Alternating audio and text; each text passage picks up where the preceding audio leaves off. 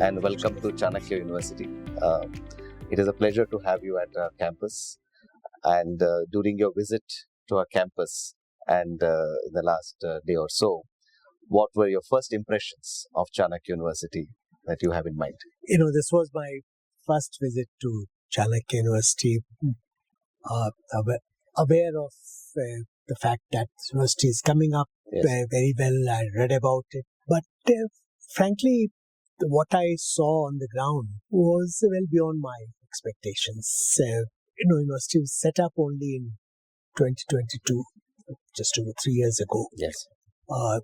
You moved into present campus only in 2023. Yes. We are still in 2025. Yes. During this very short period, the way both the hard infrastructure and soft infrastructure has come up is truly extraordinary. It's very impressive. And when you're looking at buildings, for instance, these are not cookie-cutter buildings. All buildings have certain personality, made to high standards, fit for what Chanakya University promises to be a global university. Then we have to maintain global standards, and so much more is coming up. I was told that this particular building was made ready in 18 months. So Yes. it's really amazing. Looking ahead, the fact that you already have how many? 6 functional schools? Yes. Six functional schools. You have more than 2,000 students. Vice Chancellor told me that including guest faculty, you have 160 strong faculty. So there is a very solid critical mass which is available, and I have no doubt that it will go from strength to strength. Maintaining its core competencies, certain specific commitments and interests it has. For instance, India's traditional knowledge systems. It promises to be a fascinating journey. And personally, I'm very happy to come on board. I'm appreciative of the invitation to join Subhas and Bose chair on international relations as chair professor. In that capacity also, I can see so many possibilities. We can discuss that.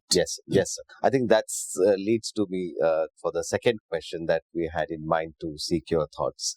So the Subhas Chandra Bose Chair in International Relations at Chanakya University, we're very happy that you are the inaugural chair professor of the chair, and you have also had a chance to see its vision, mission, and objectives. So what would be your initial thoughts on where we see this evolving to, and what would it achieve? And what are your initial thoughts on the chair professor? Though I'll be, the first occupant of this chair professorship, I can see that a whole lot of work has already been done.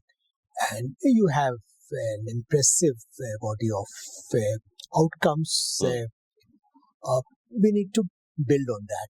The reason I'm excited about commencing this journey, one, the vision of Chanakya University, the fact that vision is being implemented, as we discussed earlier, in the right earnest, with a sense of urgency, which is very important for a country like India. And coming specifically to this chair, focus on Asia and neighbourhood. That dovetails very well with my own background. Yes. I've always believed that, rise of India, are coming to our own as the Viksit Bharat by 2047 cannot happen without very strong anchoring with our own part of the world. I'm aware of people who talk about transcending neighborhood. I don't accept that concept at all, because this is our neighborhood. We are rooted in this neighborhood, and this neighborhood is intrinsically linked with us. That's why, when people talk about countries like China, expanding their influence, yes, that's happening. Kind of strengths we have, synergies we have, this part of the world, no one can replicate that. It's a question of building on our strengths.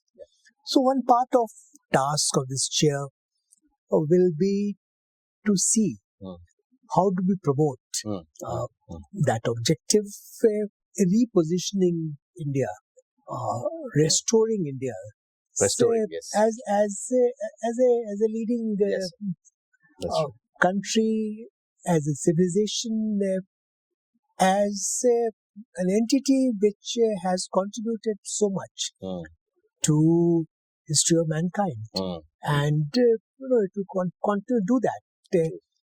So specifically from mandate and charter of chair, there will be specific areas we'll focus on, as I mentioned earlier, and as it's stated in vision document of chair.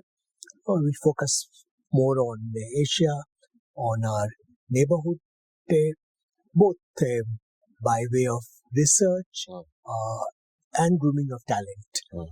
But doing so, proceeding from an Indian perspective, it's extremely important that we do not look at the world through borrowed lenses, because we have got into that habit of borrowing prism of looking at what's happening in the world from the West in particular. Now China is making a very determined effort to project its own perspective through these multiple global initiatives is coming up. We have our own core competencies, we have our own strengths. So let's leverage those strengths. So you see the chair anchoring such a movement, and how we can take this forward to education, research and professional component of international relations, because as we see, it's a very complex nexus of these three: the education, the research and the professional. And you have been a distinguished diplomat for many decades. How do we bring these three points together? Chetan, we are passing through a period of extraordinary flux. Very often we say that's an inflection point, but this is truly an inflection point where the old order is dying. There's no doubt about it.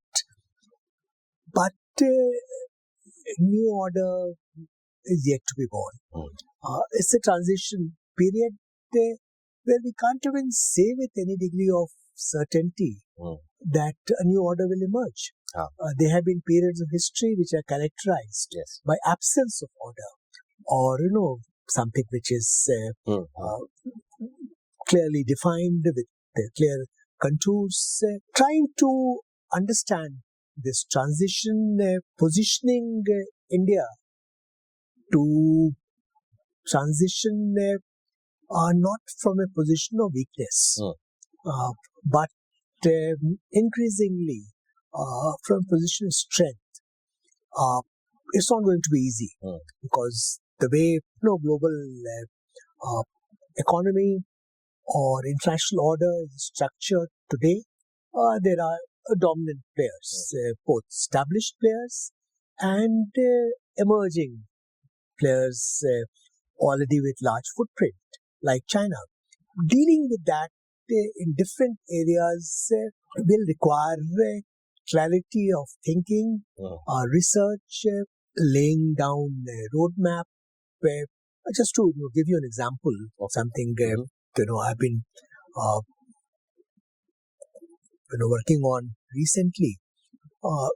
You have a situation where China is already controlling nearly 1/3 of manufacturing value added. A UNIDO projection is that this could go up to as much as 45% by 2030. within a very short period of time. That's very soon. They're already dominant in so many areas. Now we are on the cusp of what people are calling China Shock 2.0 in tech-led manufacturing, innovation-led manufacturing. Where do we fit in there? Do we just remain hewers of wood and drawers of water? Or do we become a major player where innovation is taking place, new ideas are being generated, and we are shaping this emerging order? It's not going to be easy at all, because there are inbuilt dependencies which are there that are being continuously weaponized. The one lesson we can learn from what has happened over the last few months is weaponization of interdependence. But very often it's not interdependence, it's weaponization dependence. Yes. Can we change that? I'm just giving you one example, because this is something which is going to affect us very seriously. It's already affecting us, because we are on the cusp of these big changes that are taking place. So there are so many areas where we understand the flux which is taking place. We project what's likely to happen. We may go completely wrong, because it's a period characterized by a very high degree of uncertainty. And we prepare for that uncertain world to the extent our scholars in general and the team consisting as core of this chair can contribute in a modest fashion to preparing India as a country, our corporate sector, our scientific community, for that journey. I think that would be a worthwhile exercise. Yeah, because that's a movement that we should build towards. So I would like to ask your statement or vision for the youth of India, because as you rightly mentioned about Viksit Bharat 2047, where we celebrate 100 years of independence. For the youth who are into international relations, international politics or allied areas, what would be your advice for them, keeping the vision of India 2047? My advice will be that first, context in which we operate had changed completely. Earlier, we used to prioritize accessing information. When people of my generation were growing up, that used to be a major preoccupation. That has changed now. It's more, how do you process information? How do you assess information? What kind of conclusions do you your derive? days you had information. So you have to, yes. So it's more, it has become far more sophisticated and more demanding, because it requires, grooming of mind, nurturing of talent in a manner for a world which is more challenging. So that's one, that this ability to assess, ability to challenge yourself, ability to grow continuously, because world around you is going through transition. So those markers which were very relevant earlier may not be very helpful in future. Volatile. Because it's a volatile, very volatile world.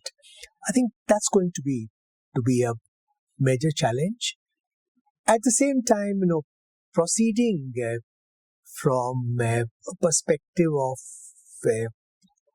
academic rigor, and also use a term Chinese deploy, seeking truth from facts. So that's interesting. evidence-based, fact-based research, rather than sometimes we start with conclusions, then we try to find facts to justify those conclusions. I think Yes. that approach has its limitations. So I know that you know Chinese very well. So there's seeking truth by fact or through fact. How would one put it in Chinese language? Just for from your side. 实事求是. Okay. Yes. So thank you so much for your Pleasure. inspiring words, and it is not just brings happiness to Chanakya, but more responsibility that we have to keep up this momentum going, and we look forward to working with you. Likewise, Yes. I'm really excited that I'm getting an opportunity to start something Yes. new. This is something, a sort of a private commitment I had made, Yes. that I'll try to keep sort of growing Yes. intellectually, Yes. and so doing things where I'm outside my comfort zone.